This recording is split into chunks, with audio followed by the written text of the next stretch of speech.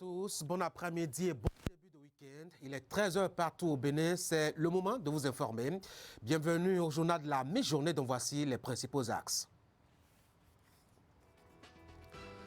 Ouverture hier à Cotonou de la première session du système national intégré des statistiques agricoles et alimentaires. Une concertation en vue de trouver les moyens de booster davantage les performances agricoles et nationales déjà excellentes.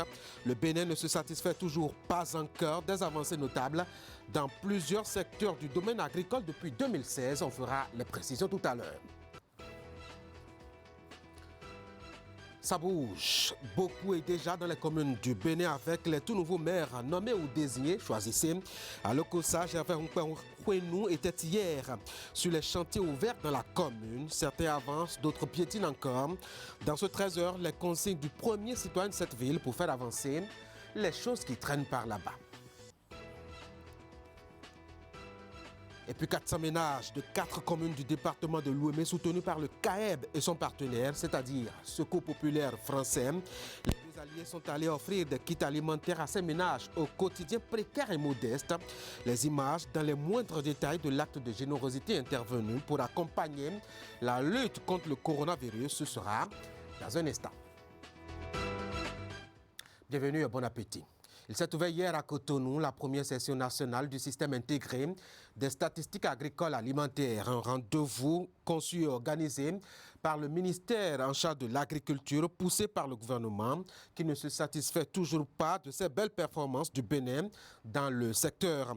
Tenez, ces 4 dernières années, par exemple, l'agriculture béninoise connaît un bond qualitatif et quantitatif et atteint des performances admirables dans les sous-secteurs du coton, de l'acajou ou encore du maïs. La session permettra en tout cas de booster encore les choses et d'aller au-delà de ces belles réalisations. Asionbo Kanye Asionbo. Cette première session du système national intégré des statistiques agricoles et alimentaires se tient pour valider les statistiques et leurs méthodes de collecte. L'objectif étant de permettre le partage des statistiques avec les acteurs, les autres pays et les partenaires techniques et financiers. Le système de collecte des données statistiques agricoles se présente ainsi comme une priorité définie par le programme d'action du gouvernement. Le premier pilier pour la fondation de ce système, c'est bel et bien le recensement national de l'agriculture qui a été érigé en projet prioritaire du programme d'action du gouvernement. La réalisation de ce recensement doit induire la concrétisation du second pilier qu'est la mise en place d'un système permanent de collecte efficace et novateur en vue de satisfaire les besoins de gouvernance du secteur, mais aussi des autres acteurs désireux de disposer d'informations fiables, crédibles sur les filières agricoles. Cette Assemblée générale se penche sur le renforcement de la coordination des activités de production des statistiques agricoles pour mieux rendre compte des effets des réformes dans le secteur. Et l'attente des acteurs et partenaires est claire. À travers cette réforme, nous attendons l'amélioration de la qualité, la disponibilité à temps et la pertinence des informations produites par notre système statistique. Le ministre de l'Agriculture, Gaston Kossi-Dossoui, invite les participants à s'impliquer davantage dans les travaux. Ceci pour en sortir des propositions utiles. Il vous revient alors, lors de ces travaux, de formuler une stratégie claire et à cet effet de nous pencher sur la problématique du financement de ces activités et le renforcement des capacités des acteurs décentralisés. Gaston Kossi-Dossoui rappelle aux participants que la stratégie de coordination des activités de collecte à parfaire devra s'appuyer sur les dispositions légales, ce qui permettra de régler le cadre méthodologique de production de données. Quittons le secteur agricole pour celui de l'éducation. Déjà 3 ans qu'a démarré l'expérience de l'organisation des examens nationaux de licence et de master au ministère de l'Enseignement supérieur. C'est l'heure du bilan. Éléonore Yahi, la décan en charge du département ministériel, a convié hier les partenaires à une séance d'évaluation de la réforme qui avait suscité tant et tant de polémiques à sa mise en œuvre. Voici le point de la cérémonie d'ouverture avec Idriss Boukari. Après 3 éditions de l'organisation des examens nationaux de licence et de master, l'heure est au bilan. À l'Institut des sciences biomédicales appliquées à Cotonou, les promoteurs d'établissements privés d'enseignement supérieur sont conviés à prendre part aux travaux de cet atelier organisé par le ministère de l'Enseignement supérieur et de la Recherche scientifique. Ce qui a marché pourra être renforcé et ce qui n'a pas marché pourra être amélioré pour que dans les prochaines années ou dans les prochains mois, les examens soient mieux organisés avec la plus grande satisfaction de tous les acteurs. Il s'agit alors d'évaluer le chemin parcouru depuis 3 ans, identifier les insuffisances de la réforme et envisager de nouvelles perspectives afin de donner plus de crédibilité aux établissements privés d'enseignement supérieur. Et donc en tant que membre du comité de suivi, je crois que tout ce qu'on a fait, tout ce qui ne va pas, on va le faire. Ce n'est pas pour détruire une réforme que nous avons défendue corps et âme, mais encore faudrait-il que les gens n'exploitent pas cette réforme. Figurez-vous, le président a dit assainir. À la date d'aujourd'hui, qu'est-ce qu'on a assaini? Je pose la question. Démarrée avec des contestations dans sa mise en œuvre, la réforme a fini par faire l'unanimité au sein des promoteurs des établissements privés d'enseignement supérieur. La phase transitoire devrait aboutir, après 3 ans, à accorder le régime d'homologation aux universités privées remplissant les conditions requises. Mais à l'heure du bilan, des choses restent encore à revoir. Au cours de la même période, force est de constater que malheureusement, aucun EPES n'a encore pu obtenir le régime d'homologation. Au terme de cette période expérimentale, il est donc question et évident de passer à une évaluation pour apprécier les résultats obtenus et surtout les engagements et les nouveaux donc à prendre pour l'amélioration de l'organisation des examens nationaux et donc de la gestion des EPES. Pour conduire les travaux de cet atelier bilan, un présidium a été mis en place. Il est présidé par la ministre de l'Enseignement supérieur et de la Recherche scientifique en personne. Un rapport sera rédigé et validé à la fin des travaux. Lequel rapport fera des recommandations en vue d'améliorer la réforme pour mieux répondre aux attentes des promoteurs des établissements privés d'enseignement supérieur. Venons-en à l'actualité. Aujourd'hui, on célèbre la journée mondiale de lutte contre la drogue.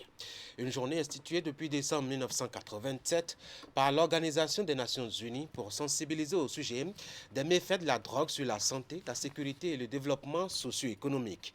À cette occasion, le ministre en charge de la sécurité a profité pour adresser un mot à la jeunesse, couche la plus exposée aux ravages de la drogue. Voici un bout de son message retenu par Idriss Boukari. Le thème retenu cette année par les Nations Unies pour célébrer la Journée internationale de lutte contre la drogue est intitulé, je cite, « La santé pour la justice pour la santé ». Fin de citation. Comme vous pouvez le constater, ce thème fait ressortir que la justice et la santé sont les deux faces d'une même pièce lorsqu'il est question des problèmes de drogue. En effet, chers compatriotes, il est une évidence que sans la santé, il n'y a pas de développement. L'avènement de la pandémie du Covid-19 en est une preuve, car au-delà de la crise sanitaire mondiale qu'elle a enregistrée, cette maladie a plongé le monde entier dans une grave récession économique. Mesdames et messieurs, en raison de ce que la drogue nuit gravement à la santé, le gouvernement du Bénin a pris la ferme décision de la combattre en incitant les institutions responsables de la justice pénale, de la santé et des services sociaux à apporter des solutions intégrées, conformément aux conventions internationales relatives au contrôle de la drogue, aux obligations en matière de droits de l'homme et aux objectifs de développement durable. L'enjeu majeur de la commémoration de cette journée est l'opportunité qu'elle offre d'informer le grand public sur des thèmes comme les droits fondamentaux de l'homme, le développement durable ou la santé. C'est aussi l'occasion pour les pouvoirs publics, mais aussi la société civile, d'organiser des activités de sensibilisation. Il me plaît de rappeler, en cette occasion solennelle, que la drogue n'est pas seulement le cannabis, l'héroïne, la cocaïne ou les amphétamines dont la production, la consommation et le trafic sont formellement interdits. C'est sur ces rappels, à l'attention de chacun et de tous, que je lance officiellement les manifestations commémoratives de la Journée internationale de lutte contre la drogue au Bénin. Voilà, pour le message donc de Saka Lafia, ministre de la Sécurité publique au Bénin. Les 12 membres de la commission administrative paritaire du ministère en charge du travail et de la fonction publique ont été installés hier à Cotonou par la ministre Adidjatou Matis, un peu comme des préfets de discipline, mais au sein du ministère, ils ont été renvoyés à leurs offices avec des objectifs préalablement définis par la patronne de la maison, Ingrid Day. Voici les agents désignés pour siéger dans la commission administrative paritaire du ministère du Travail et de la fonction publique. Il s'agit d'une instance disciplinaire prévue par la loi numéro 2015-18 du 1er septembre 2017 portant statut général de la fonction publique. Elle est mise en place dans des ministères sectoriels et auprès des présidents des institutions de la République. Siégeant en matière disciplinaire sur les sanctions de deuxième degré, la commission administrative paritaire est chargée d'examiner le dossier disciplinaire de l'agent incriminé tant dans la forme que dans le fond, de faire ressortir la faute si elle existe, d'en apprécier la gravité et de faire des propositions au ministre. Elle siège aussi en matière de dialogue social pour prévenir les conflits, les problèmes qui pourraient porter atteinte aux agents, au bon fonctionnement des services ou au renforcement de la gouvernance participative au sein des structures du ministère. Outre ces missions, la commission administrative paritaire intervient également dans les domaines tels que l'évaluation du stage probatoire des fonctionnaires stagiaires, l'examen des recours administratifs en matière de notation chiffrée d'appréciation des agents et la révision ou la modification des tests portant régime d'emploi des personnels concernés. Mesdames et messieurs les membres de la commission, il vous revient d'accomplir votre mission en toute responsabilité. Il vous appartient aussi, de par votre nouveau rôle, d'œuvrer à la tenue des sessions ordinaires et extraordinaires de la commission et à faire de la lutte contre l'impunité une réalité. Chers commissaires, tout en vous présentant mes félicitations sur le choix porté sur vous, je voudrais vous rappeler que la mission dont vous êtes investis est très délicate. Elle consiste pour vous à proposer à l'autorité les sanctions disciplinaires appliquées à tout agent ayant manqué à ses obligations professionnelles d'une part et d'autre part à défendre tout agent lésé dans ses droits. L'installation des membres de cette commission marque une nouvelle étape dans la mise en œuvre des réformes dans la fonction publique. Le bureau est composé en nombre égal des représentants de l'administration du ministère du Travail et de la fonction publique et ceux des autres agents de l'État. On quitte l'actualité institutionnelle pour passer maintenant dans les communes. Déjà, le temps des élections derrière nous et le maire de Lokossa est au travail. Il était hier sur les chantiers de construction d'infrastructures ouverts dans la commune. Gervais Hunkper-Houenou a pu constater le rythme d'avancement des travaux. Tout n'était pas rose. Il a pu laisser des consignes aux travailleurs. Geoffroy Mensan et Florent Dou en étaient témoins. Gervais Runkwenou, nouveau maire de Lokossa, une commune du département du Mono, prend petit à petit ses marques. Ici, il effectue une première sortie officielle, et ceci en compagnie de ses 2 adjoints. La visite de terrain a été consacrée au chantier ouvert dans la commune par la mairie. L'objectif principal, c'est de voir le niveau d'évolution de ces chantiers, puisque beaucoup d'entre eux devraient être à terme. On est sorti pour aller constater les difficultés auxquelles sont confrontées les entreprises afin de faire une séance avec ces différentes entreprises et trouver des portes de sortie pour l'aboutissement heureux des chantiers ouverts. Assisté du directeur des services techniques et d'autres collaborateurs, le maire de Lokossa et ses adjoints ont parcouru les arrondissements de Kudo, d'Agamé et de Lokossa à raison de 8 écoles primaires publiques. Dans ces écoles, il est question de la construction de modules de salles de classe entièrement équipés ainsi que de latrines. Sur certains chantiers, les travaux ont évolué dans les normes et pour certains, cela ne respecte pas la clause technique annoncée. D'ailleurs, avec vous, vous avez noté que nous avons fait des remarques.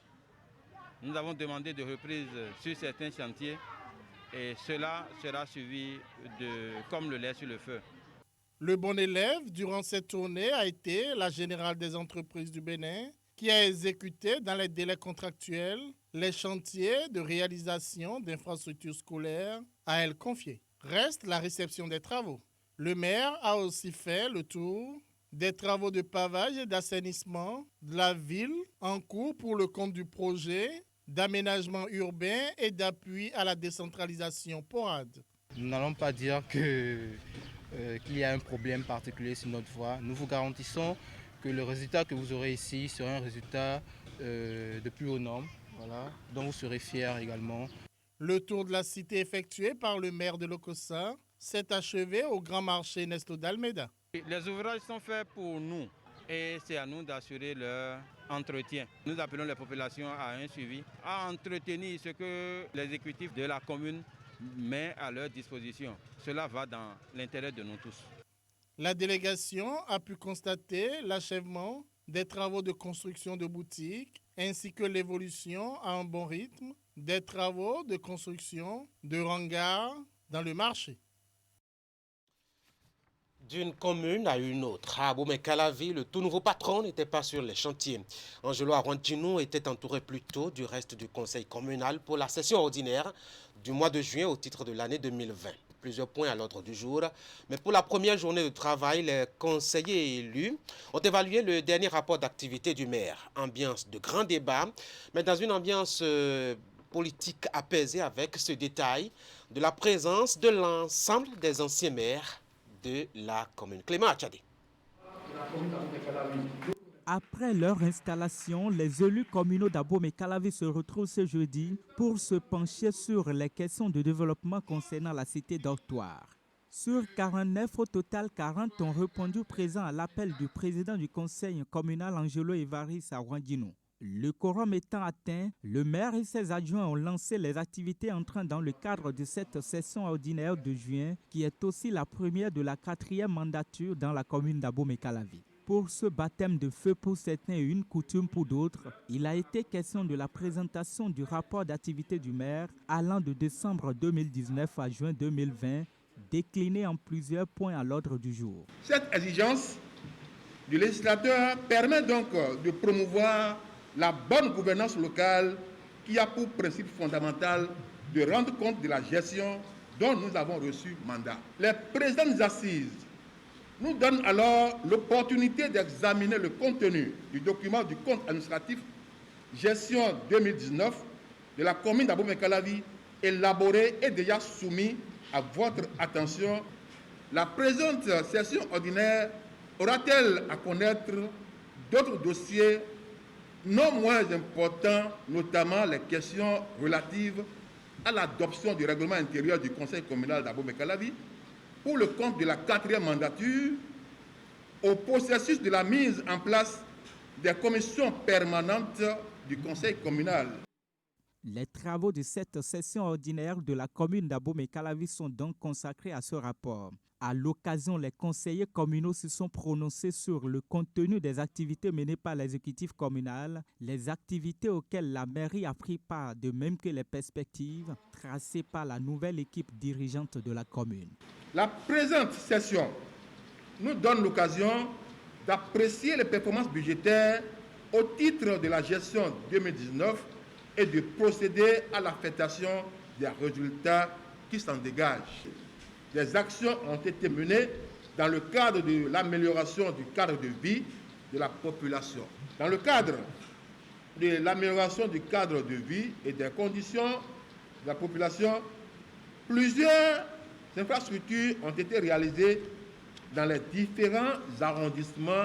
C'est ainsi parti pour les activités de la 4e mandature dans la commune d'Abomey-Calavi. Les conseillers s'engagent à travailler dans une ambiance de paix et de cohésion sociale. Le maire Awandino a réitéré son engagement à travailler avec tous les conseillers sans discrimination politique pour relever les défis de la commune d'Abomey-Calavi. En route donc. Et pour cette première journée de collaboration, nouveaux et anciens conseillers se sont réjouis de la qualité des débats. Ils l'ont d'ailleurs confié au micro de Clément Atchadé que nous retrouvons. Mon feu de baptême, et je me sens en famille. Et je crois que le rapport d'activité présenté par M. le maire, ça a été un rapport qui a été adopté à l'unanimité. Et dans son élan de transformer le visage d'Abomey-Calavi, nous sommes là pour l'accompagner. Donc nous l'exhortons à essayer de faire en sorte et de prendre tous les conseillers comme ses conseillers. Les 3 anciens maires de la commune et puis un nouveau staff.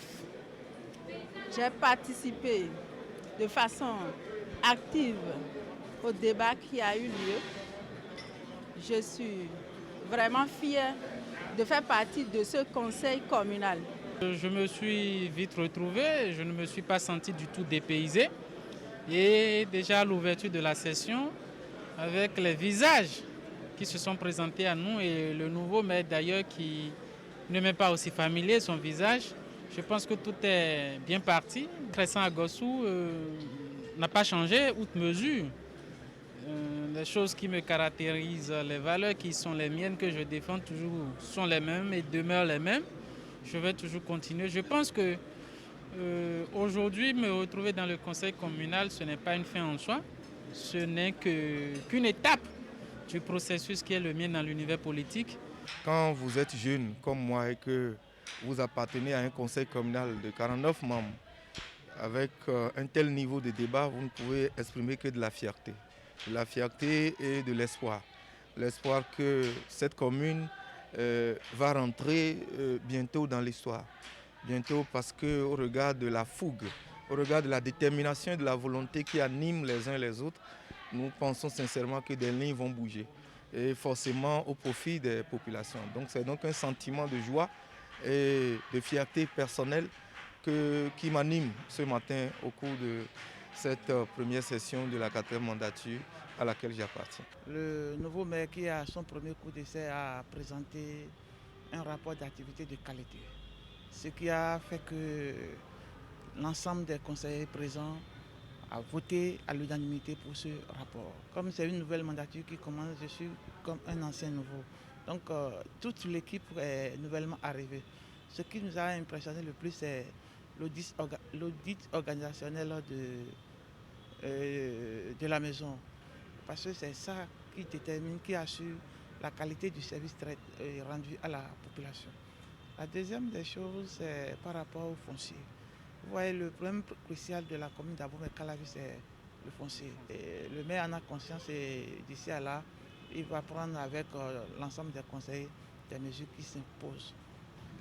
Tous les anciens maires de Calavi, commençant par Dravo, Moussou Guédé et Georges Bara, sont là. Ils sont tous présents à ce conseil. Donc nous avons un conseil très riche, je viens de le dire tout à l'heure dans la salle. C'est pour cela qu'il a présenté son rapport d'activité qui est applaudi, qui est adopté, qui est voté par tous les conseillers.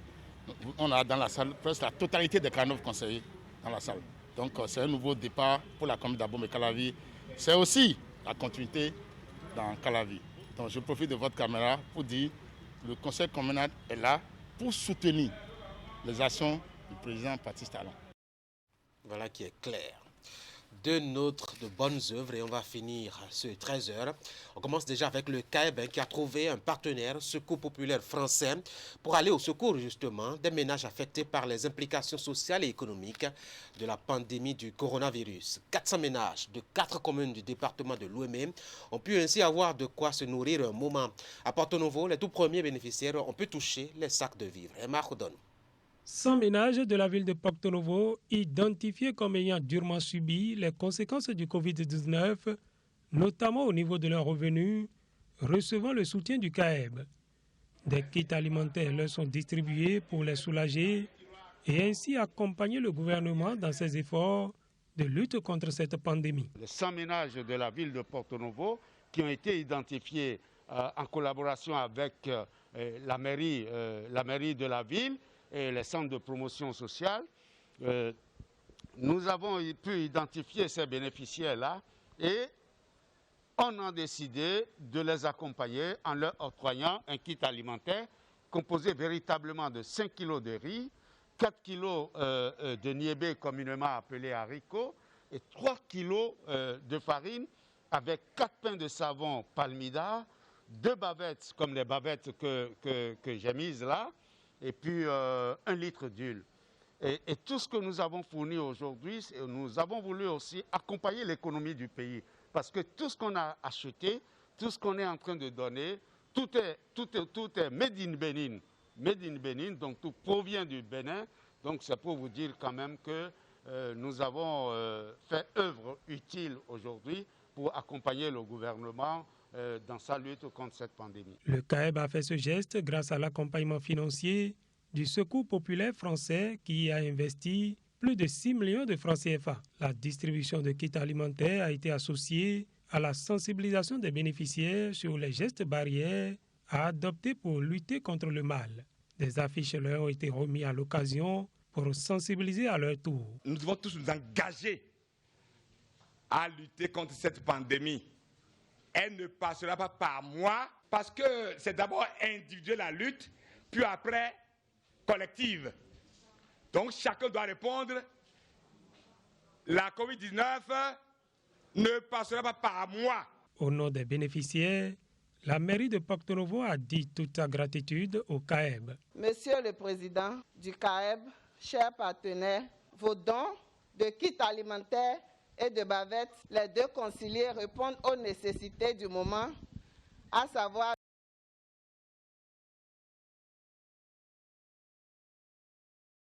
Voilà, quelques ennuis avec cet élément qui n'est pas allé à son terme. Certainement que Marc Odonou fera des pieds et des mains pour que vous ayez l'intégralité dans les éditions prochaines. On va terminer avec justement le chapitre des aides toujours pour évoquer cet appui de la Confédération des organisations des syndicats indépendants, COSI Bénin, aux acteurs de l'économie informelle. L'organisation syndicale est allée apporter aux artisans et autres jeunes entrepreneurs un appui matériel constitué surtout d'instruments de travail et des équipements de transformation. C'est pour renforcer leur capacité de production. Narcisse Alossé a assisté à la cérémonie de remise de ces équipements qui s'est déroulée, faut-il le rappeler, hier.